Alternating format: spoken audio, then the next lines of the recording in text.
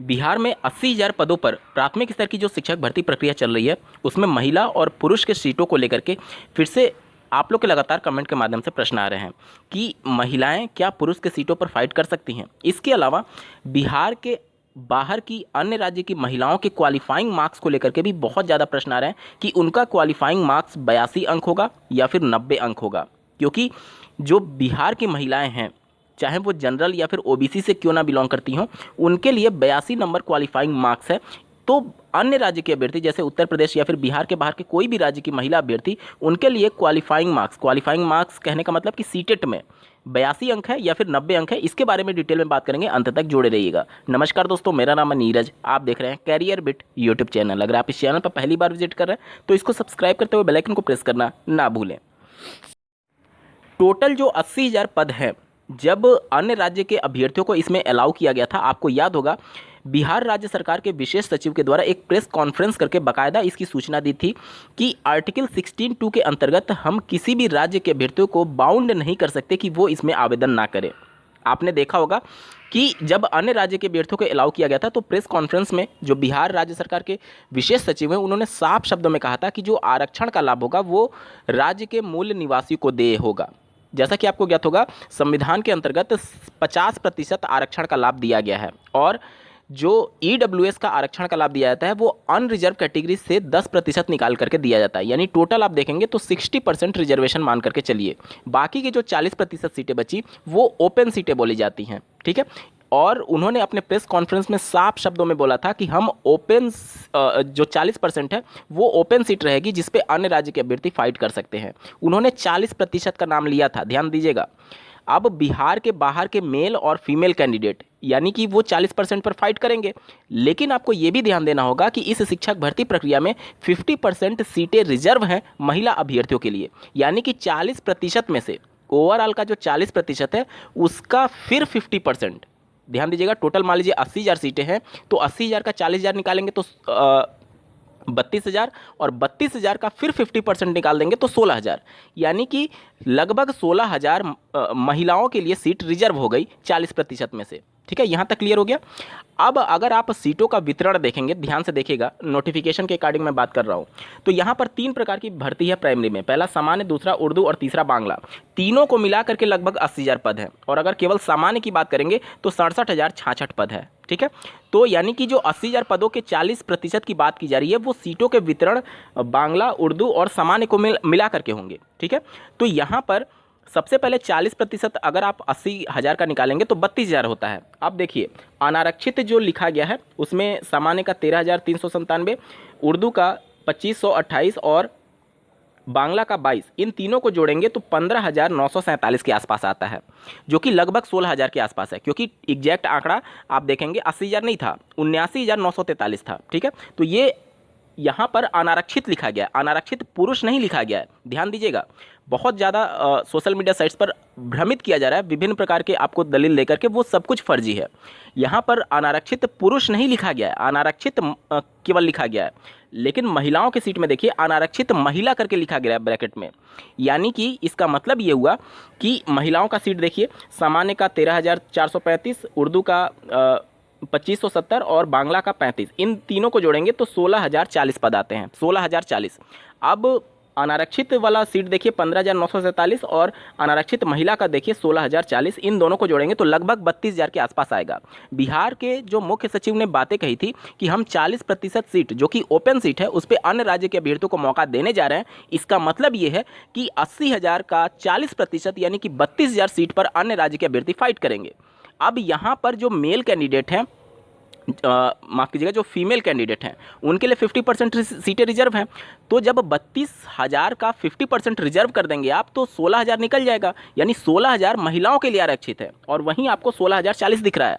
और बाकी की जो सीटें बची हैं वो ओपन सीटें हैं, उस पर महिला और पुरुष दोनों फाइट कर सकते हैं। देखिए, आपको लग रहा होगा कि नोटिफिकेशन में क्षैतिज आरक्षण की बात की गई है महिलाओं के आरक्षण के लिए, लेकिन सुप्रीम कोर्ट का एक जजमेंट है, मैंने इसके रिगार्डिंग पहले भी बात कर रखी है, मैं उसके डिटेल में नहीं जाऊंगा। अगर आप डिटेल में जानना चाहेंगे तो इसके संबंध में प्रीवियस वीडियो मेरा देख लीजिएगा। मैंने डिटेल में उस कोर्ट के जजमेंट के बारे में जिक्र किया है कि आरक्षण चाहे वर्टिकल हो या फिर हॉरिजेंटल हो, सुप्रीम कोर्ट ने ये कहा था कि अगर एक मेरिटोरियस कैंडिडेट है तो उसका हक है कि वो ओपन सीट पर फाइट कर सकता है। अब मान लीजिए कि महिला है, अगर वो मेल के से ज़्यादा अगर नंबर लाती है तो वो ओपन सीट में चली जाएगी। देखिए यहाँ पुरुषों का 50% सीटें रिजर्व नहीं है, वो ओपन सीट है, उस पर मेल भी फाइट करेगा और फीमेल भी फाइट करेगी। वहीं तो सुप्रीम कोर्ट ने कहा था कि चूंकि यहाँ पर ऑरिजेंटल रिजर्वेशन दिया गया है, रिजर्वेशन हॉरिजेंटल यानी कि क्षैतिज या फिर ऊर्ध्वाधर किसी भी प्रकार का हो, वहां पर ओवरलैपिंग की जा सकती है। सुप्रीम कोर्ट ने साफ शब्दों में अपने वर्डिक्ट में, कोर्ट जजमेंट में ये बातें लिखी हुई हैं। तो देखिए ये राज्य सरकार का विषय है कि किस प्रकार से वो करती है, लेकिन इसके पहले इस प्रकार का जजमेंट दे दिया गया है। तो अगर कोई अभ्यर्थी इसको कोर्ट में चैलेंज करेगा तो निश्चित तौर पर सुप्रीम कोर्ट के द्वारा जो पहले फैसला दिया गया था उसी के हिसाब से भर्ती कंप्लीट करने के लिए राज्य सरकार बीपीएससी बाध्य हो जाएगी। तो ये सभी अभी चीज़ें जब रिजल्ट जारी होगा तब और ज़्यादा क्लियर होंगी, लेकिन सुप्रीम कोर्ट के जजमेंट के हिसाब से और जिस प्रकार से पहले की भर्तियों में हुआ है, निश्चित तौर पर जो महिला की सीट है वो तो महिलाओं के लिए रिजर्व है ही है। 16,000 जो सीट है वो तो फिक्स है कि वो महिला के लिए ही है, उस पर पुरुष नहीं जा सकते हैं। लेकिन जो अनारक्षित सीट है, जो ओपन सीट है, उस पर महिलाएं जा सकती हैं, भले ही हॉरिजेंटल रिजर्वेशन क्यों ना हो, महिलाएं इस पर फाइट कर सकती हैं।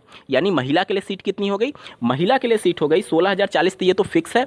इसके अलावा जो अनारक्षित सीट है 15,947, उस पर अगर महिला की मेरिटोरियस कैंडिडेट होगी तो वो ओवरलैपिंग करके चली जाएगी। अब आपके मन में प्रश्न आएगा कि पेपर जब अलग अलग हुआ है तो फिर ओवरलैपिंग कैसे होगा? तो ये देखिए बीपीएससी अब किस प्रकार से रिजल्ट निकालता है वो उनके ऊपर है, क्योंकि आप देखेंगे कि कई बार रिजल्ट जारी होने के बाद से विवाद भी हो जाते हैं। तो अगर वो ओवरलैपिंग नहीं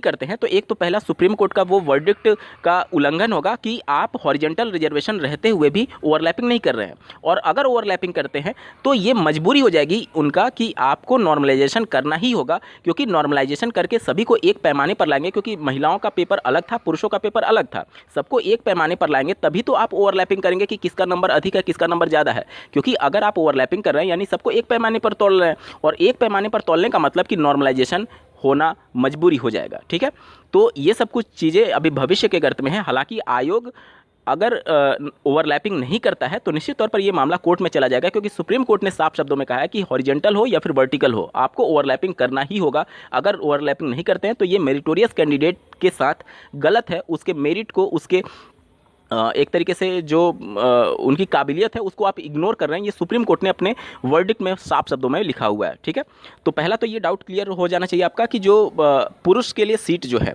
वो पुरुष की सीट नहीं है, वो ओपन सीट है जिस पर महिला भी चली जाएगी और पुरुष भी चले जाएंगे। ठीक है, अब यहाँ पर मैं आपको थोड़ा सा और क्लियर कर दूँ कि 40% जो बिहार के विशेष सचिव ने कहा था वो केवल बिहार के बाहर के कैंडिडेट नहीं है, उसमें अनरिजर्व कहने का मतलब कि जो बिहार की महिला अनरिजर्व होगी वो भी इसमें फाइट करेगी। बिहार की कैटेगरी वाली जो मेरिटोरियस महिला कैंडिडेट होगी वो भी अनारक्षित में ही चली जाएगी, अनारक्षित फीमेल में, और अगर उसका मेरिट मेल वाले से भी ज़्यादा हो गया तो वो मेल में भी चली जा सकती है। ठीक है, यानी कि जो अनारक्षित महिला की सीट है उसमें बिहार की महिलाएं मेरिटोरियस वाली और बिहार की अनारक्षित महिला यानी अनरिजर्व कैटेगरी की, और ये सभी उसमें चले जाएंगे ओवरलैपिंग करते हुए। और जो जो अनारक्षित सीट है उस पर महिलाएं भी जा सकती हैं अगर उनका नंबर ज़्यादा हुआ तो। ठीक है, उम्मीद करता हूँ आप सभी को कि डाउट काफ़ी हद तक क्लियर हो गए होंगे। इसके बाद से बहुत सारे अभ्यर्थियों का ये प्रश्न आ रहा है कि जो महिला कैंडिडेट है उसके लिए सीटेट में क्वालिफाइंग नंबर कितना होगा। तो देखिए पिछली बार जो 6th फेज़ की भर्ती हुई थी उसमें जो महिलाओं के लिए क्वालिफाइंग नंबर था अदर स्टेट के कैंडिडेट के लिए, और जो बिहार के महिला कैंडिडेट के लिए क्वालिफाइंग नंबर था वो बिल्कुल सेम था, यानी कि 82 नंबर। देखिए इन्होंने जो अपना पब्लिक नोटिस निकाला था बीपीएससी ने उसमें साफ शब्दों में कहा है कि महिलाओं के लिए 55% रहेगा अगर वो ओबीसी और जनरल से बिलोंग करती हैं तो। ठीक है, ओबीसी और जनरल के लिए 55% यानी कि 82 अंक होता है सीटेट में। अब बिहार के बाहर की जितनी भी महिलाएं हैं वो अनरिजर्व कैटेगरी में काउंट होंगी, तो यहाँ पर उनके पब्लिक नोटिस के हिसाब से उनके लिए भी 55% यानी 82 नंबर पर क्वालिफाई हो जाएगा सीटेट की परीक्षा में। यहाँ पर मैं थोड़ा सा क्लियर कर दूँ कि जब आयोग ने सभी राज्यों को अलाउ किया था इसमें, उसके बाद से उन्होंने कोई भी स्पष्टीकरण नहीं दिया कि अन्य राज्य के अभ्यर्थियों के लिए कितना माना जाएगा। लेकिन जो पहले की भर्तियों में हो चुका है 6th फेज़ की भर्ती में, और जिस प्रकार से महिला चाहे बिहार की हो या फिर पुरुष की हो, माफ़ कीजिएगा, महिला चाहे बिहार की हो या फिर अदर स्टेट की हो, यहाँ पर आप देखेंगे कि कैटेगरी में अदर स्टेट की महिला कैटेगरी का लाभ लेते हुए उस सीट पर तो नहीं जा सकती जो कि आरक्षण के लिए है, जैसे कि ओबीसी एससी एसटी पर तो नहीं जा सकती, लेकिन जो बिहार की महिला की अनरिजर्व सीट है और जो अदर स्टेट की महिला की अनरिजर्व सीट है वो दोनों एक ही है। और चूंकि बिहार के जो अनरिजर्व कैटेगरी की महिला है उसके लिए 55% है और उसी सीट पर बिहार के बाहर की भी महिला फाइट कर रही है, तो ये तभी पॉसिबल होगा ना जब आप दोनों को एक पैमाने पर तोलेंगे, और ये तभी पॉसिबल होगा जब आप दोनों के लिए क्वालिफाइंग मार्क्स सीटेट में बराबर रखेंगे। और ऐसे भी आप समझ सकते हैं कि 6th फेज में भी 82 नंबर वाली महिलाओं को अलाउ किया गया था, तो इसमें भी अलाउ होने के प्रबल चांसेस हैं, या फिर कह लीजिए कि अलाउ ही रहेंगे। आप लोगों ने देखा होगा कि बहुत सारी ऐसी महिलाएं हैं जो कि 82 नंबर पर आवेदन की हुई थी। आप में से कितनी महिलाएं हैं आप जरूर कमेंट करके बताइएगा कि आपका कितना नंबर था सीटेट में और आपने आवेदन किया हुआ है। इसके अलावा कुछ मैं प्रूफ आपको दिखाता हूं ताकि चीज़ें और ज़्यादा आपको स्पष्ट हो जाए, क्योंकि बहुत सारे अभ्यर्थियों का ये भी प्रश्न रहता है कि अगर अदर स्टेट की महिलाओं के लिए 82 नंबर पर था तो फिर उनको जो फ़ी पेमेंट करना था वो जो अदर स्टेट के मेल कैंडिडेट है या फिर उसके बराबर क्यों पेमेंट करना था, क्योंकि बिहार की महिलाओं के लिए तो पेमेंट कम करना था फीस के लिए। इसके लिए क्या तर्क है, इसके बारे में मैं आगे बात कर रहा हूँ, चलिए बने रहिएगा। बिहार कर्मचारी चयन आयोग के द्वारा एक पब्लिक नोटिस निकाली गई है भर्ती के संदर्भ में, यह आप स्क्रीन पर देख पा रहे होंगे, जो कि अभी ऑनगोइंग प्रोसेस में, अगर आप चाहें तो आवेदन कर सकते हैं। ठीक है, इसमें देखिए, इसमें अदर स्टेट के कैंडिडेट भी अलाउड किए गए हैं।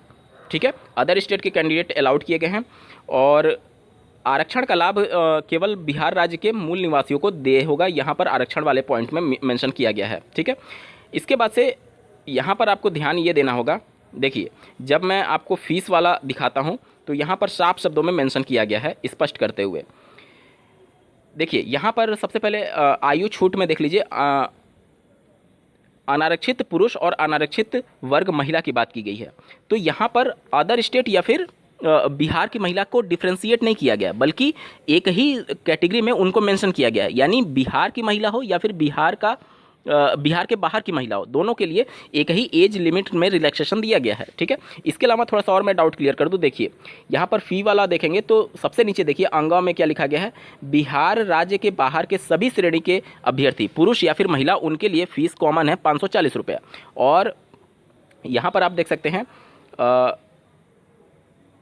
बिहार के अंदर के लिए जो है महिलाएं, ठीक है, उनके लिए देख सकते हैं 135 रुपये है। ठीक है, तो यहाँ पर आप समझ सकते हैं कि बिहार के बाहर जितने भी कैंडिडेट हैं उनके लिए मेल हो या फिर फीमेल हो, उनके लिए फीस एक रखा गया है। ठीक है, तो इस सभी चीज़ों से आपको थोड़ा सा अंदाज़ा मिलेगा कि बिहार में जो इस सभी चीज़ों को लेकर के विवाद चल रहा है। हालांकि आयोग ने अपने तरफ से कोई भी ऑफिशियल नोटिफिकेशन नहीं निकाला, लेकिन जिस प्रकार से आरक्षण का लाभ या फिर ये सभी चीज़ें दी जाती हैं, बिहार का जो अपना खुद का नियमावली है उसी के हिसाब से बिहार में सभी आयोगों और सभी विभागों की भर्तियों में दी जाती हैं। तो जब इस प्रकार के विभाग में स्पष्ट करके लिखा गया है कि बिहार के बाहर की मेल हो या फिर फीमेल हो, उनके लिए फीस कॉमन है, लेकिन महिलाओं के लिए इस प्रकार का वहाँ पर सुविधा किया गया कि जो बिहार की महिला हैं और जो अदर स्टेट की महिला हैं उनके लिए एज में रिलैक्सेशन समान दिया जा रहा है। तो उस हिसाब से आप थोड़ा सा हिंट इससे ले सकते हैं। तो कुल मिलाकर के अगर मैं पूरे वीडियो को समराइज करूं तो बिहार के बाहर की जो महिलाएं हैं वो अपने सीट पर, जो अनारक्षित महिला वाली सीट है उस पर तो फाइट करेंगे ही करेंगे, साथ ही साथ अनारक्षित जो सीट है जो कि ओपन सीट है उस पर भी फाइट कर सकते हैं अगर उनका मेरिटोरियस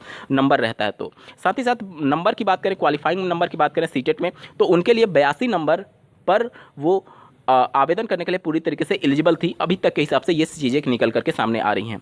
आपके डाउट क्लियर हुए या नहीं कमेंट के माध्यम से जरूर बताइएगा, और ऐसे ही महत्वपूर्ण अपडेट के लिए इस चैनल को सब्सक्राइब करना ना भूलें। इस वीडियो को देखने के लिए आपका बहुत बहुत धन्यवाद। भगवान करे आपका दिन शुभ हो।